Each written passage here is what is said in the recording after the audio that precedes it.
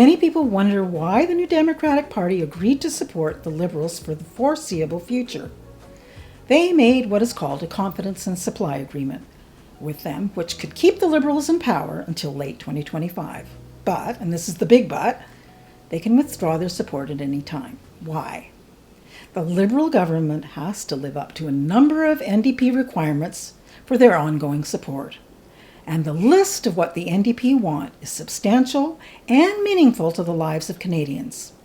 Our MP, Peter Julian, who represents New Westminster-Burnaby, begins by giving some context to how the party sees its role. What Jagmeet Singh and the NDP caucus have been all about, and that's why I got involved in politics, is to make a difference in people's lives. That's what we are brought to do, and that's what my constituents, who are my bosses in New Westminster and Burnaby, expect. They expect me to get things done. We've got a damn good track record. I'm very proud of it. We've helped 20,000 people in Westminster and Burnaby with a whole range of issues over the past few years. But at the federal level, we also need to change the mentality.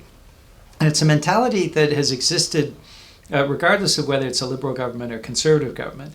It's massive handouts to the very, very wealthy. We give $25 billion in tax dollars every year to overseas tax havens. I mean, that's unbelievable when you think of seniors struggling, students struggling, families struggling, people with disabilities, all of these Canadians who have to struggle. And yet both Conservative and Liberal governments have been able to give $25 billion every single year, according to the Parliamentary Budgetary Officer, to overseas tax havens.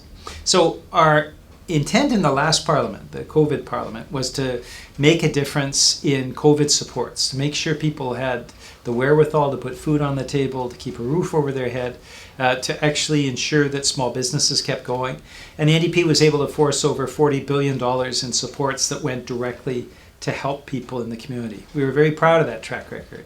So after the election in 2021, we looked at new ways that we could help people and make a difference in people's lives. And that's where the confidence and supply agreement came up. And this is where Jagmeet Singh, sitting down with Justin Trudeau, were able to hammer out an agreement. What the agreement does is basically it is an obligation of the Liberal government to do a number of things, and we'll get into that in a moment. And in exchange for them doing those things that will help people, we have agreed not to vote them down on confidence or supply. So basically budget votes, supply votes, those are votes that automatically trigger an election. Our thinking was Canadians don't want an election, they want to see progress on these things. And that's why we put in place this agreement. Now, it only holds if the Liberal government keeps those commitments, and we'll go into the details of what that means for Canadians. But the moment that they renege on any aspect of the agreement, we will no longer be subject to that same type of support on confidence and supply. So what it is a progressive agreement that could go up to 3 years if the Liberals keep their word on all of these commitments. What are the agreements? Dental care. There are 30,000 people in Westminster-Burnaby that don't have access to dental care. It's unbelievable, right? When you think, I've met people, including people that work in the service industry, their teeth are literally rotting out of their mouths because they can't afford the high dental fees. And dental care was always something that Tommy Douglas talked about in terms of building and supporting a healthcare system that kept you healthy from the top of your head to the soles of your feet. And so dental care in this year's budget was first extended to those children 12 and under. They need access to dental care starting right off. And critical dental care for children is important for dental health throughout lifetime. So it goes to 12 and under for children this year. Next year, we'll go to all children 18 and under, including youth, and seniors and people with disabilities. And I met enough seniors and people with disabilities to know that dental care is at urgent levels. I mean, we spend billions of dollars a year if you talk to emergency room physicians who say that people come with dental emergencies and we can't treat them because we're not dentists. And yet they have an impact on the healthcare system because they have no other place to go to. Well, next year, seniors and people with disabilities and all youth and children under 18 will have access to dental care. And the following year, it will be to all families earning less than $90,000 a year. So as I mentioned in Westminster-Burnaby, that's 30,000 people. That will make a substantial difference. And 30,000 people per community across the country. We're talking about nearly 10 million Canadians that will benefit from what the NDP negotiated. And again, the Liberals are beholden to roll this out, because if they don't, then they don't get our support on supply votes and on budget votes. The second agreement is about housing, which is a critical issue. The part two is addressing the critical shortage of housing. We've seen lip service being paid by Liberals and Conservatives over the years. And what we wanted to do is stimulate emergency supports for housing, much like we did after the Second World War, when there was a housing crisis at that time too. We'll be building tens of thousands of units of affordable housing. That's not market housing. It's based on income. It's not based on the market price. So I'll give you an example. A one-bedroom home in Burnaby or New Westminster can go for over $2,000 a month. But when you base it on what affordability, it's 30% of your income. And that means for cooperative housing, for social housing, it's actually housing that people can afford. And so for the first time now, since the ending of the National Housing Program, which took place over 3 decades ago, we'll finally be building affordable housing units again in this country. And that is, again, a result of the NDP Confidence and Supply Agreement. Time frame on that? Over the next 3 years. Oh. So we're talking about immediate investments and tens of thousands of units being built over the course of the next few years. And I should mention, that includes Indigenous-led housing developments. For those of us who've been in Indigenous communities, we know what an appalling shortfall there has been. Neglect of Indigenous communities and housing. Often you'll go into an Indigenous community, there may be 20 people living in a one-bedroom apartment because that's all that's available. And so the Indigenous-led component of a national housing program, reestablishing that, is absolutely critical to making sure that Indigenous communities across the country are actually supported in the housing that they so desperately need. So it's happening right now? It's being put into place now. The budget that was just adopted a couple weeks ago, and the Budget Implementation Act, was step one. Step two is now the implementation, and we'll be working with the government over the next few months to start to roll those things out. Next, it's pharmacare, a topic close to Peter's heart, as he put forward a private member's bill on it last year. The Canada Pharmacare Act. You recall that I presented that bill about 15 months ago in the House of Commons. Conservatives and Liberals voted against it. And this was a no-brainer because pharmacare, we know, actually reduces the cost of medication and addresses the nearly 10 million Canadians that don't have access to affordable medication right now. Canadians skimp on their medication. Often they can't take it. Their doctors prescribe it, and yet they're unable to pay for it. And that results in hundreds of deaths every year. The government now is obliged next year to reintroduce the Canada Pharmacare Act, what I presented in the House last year, and this time get it passed through Parliament. So that is the building block, the first step in putting in place national pharmacare. The universal pharmacare, again, is something that Tommy Douglas talked about when he talked about universal health care. It always included moving to universal pharmacare, universal dental care, and we're now taking broad steps for the first time since we adopted universal health care in the 1960s to make all of these things a reality. And these are compelling arguments as to why we are willing to support the Liberals on these confidence and supply votes if they put into place things that they've committed to, promised election after election after election, never doing.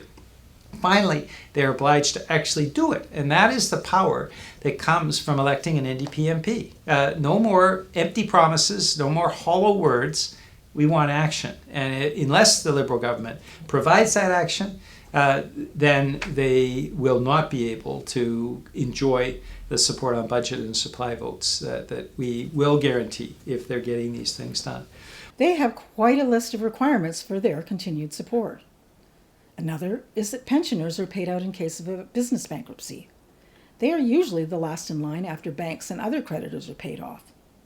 In most cases, there's nothing left of the employee's pension fund.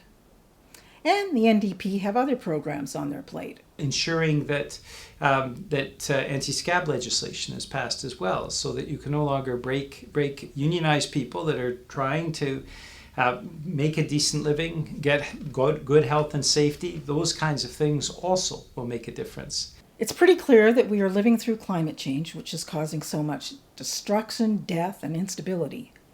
The NDP are requiring that the government deal with this problem and in a just and fair way.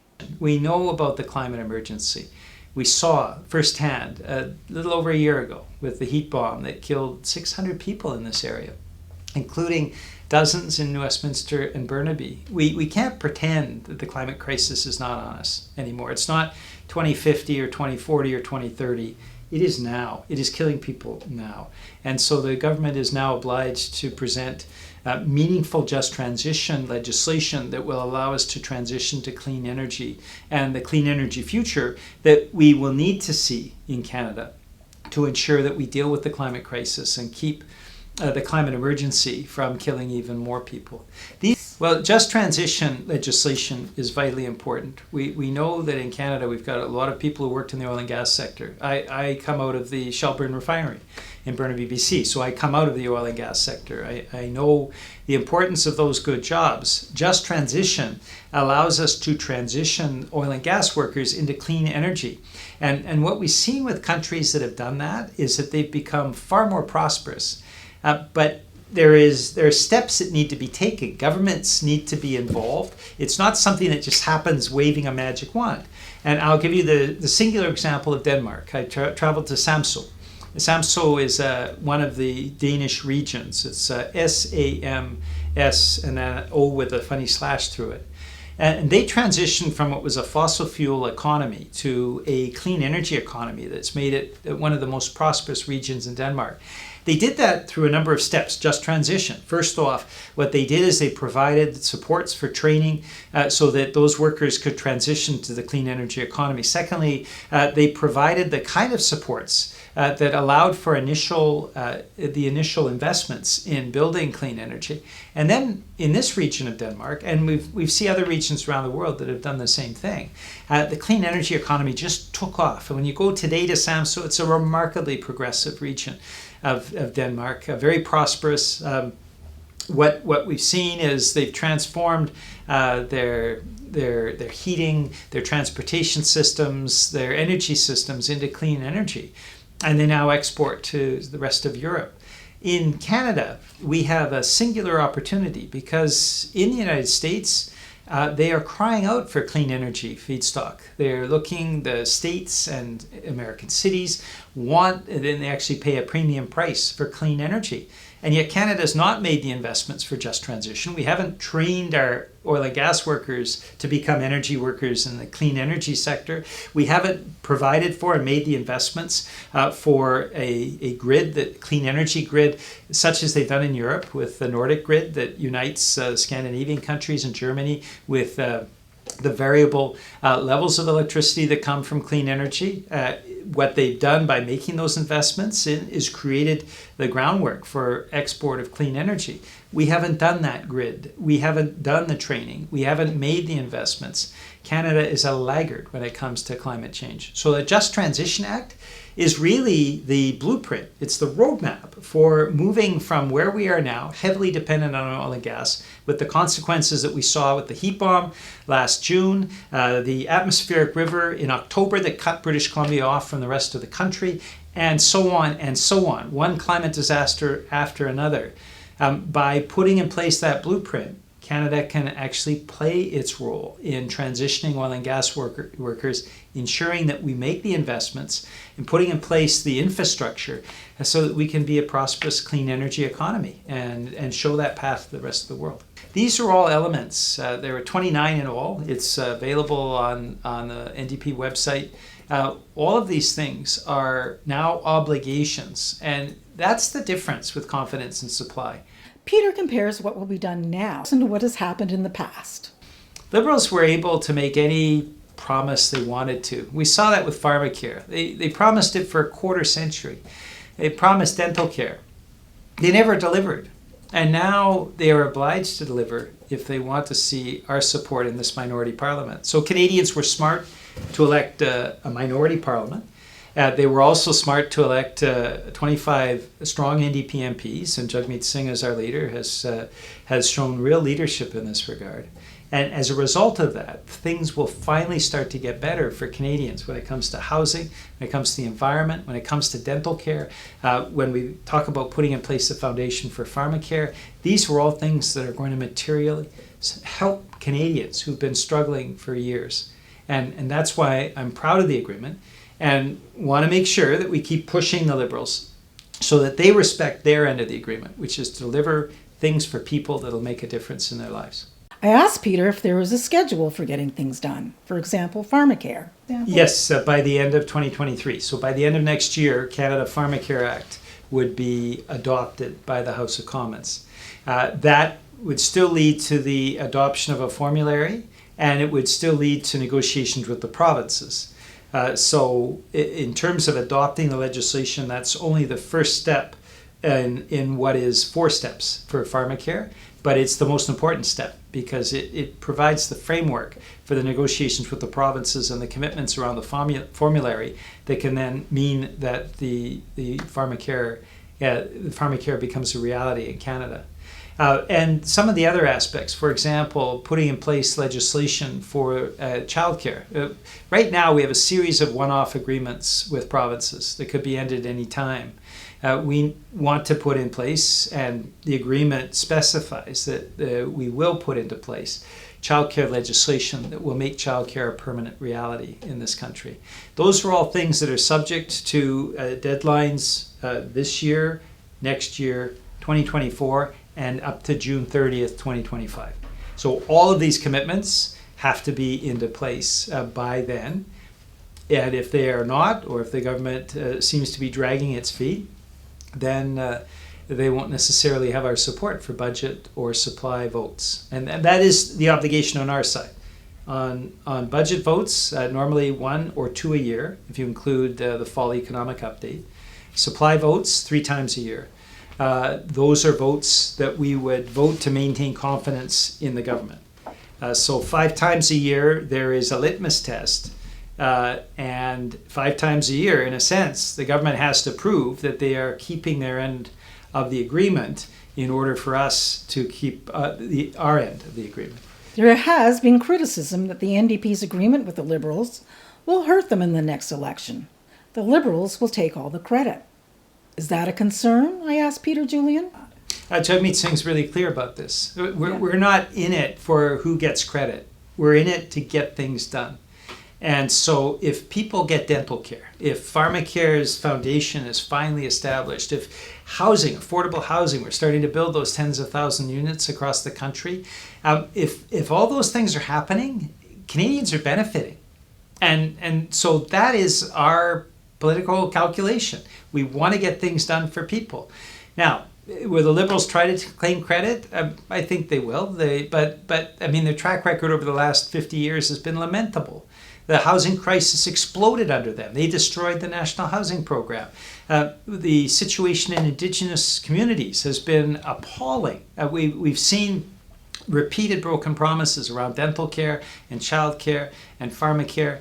And so I think Canadians are smart enough to realize that the reason why finally the government is starting to act on these things is because they've got an NDP caucus, an NDP leader that are willing to step up for them and fight for them. And we'll see how Canadians judge us ultimately. But I think it's refreshing to finally have a political leader and a political caucus that are really focused on people, really focused on you, rather than being focused on who gets the credit and who gets to cut the ribbon. Many thanks to our MP, Peter Julian, for giving us a thorough understanding of what the NDP agreement with the Liberals will mean for Canadians. In my view, it will mean a lot. I'm Susan Miller. I'm with your community television, NewWest.TV. Thanks for watching.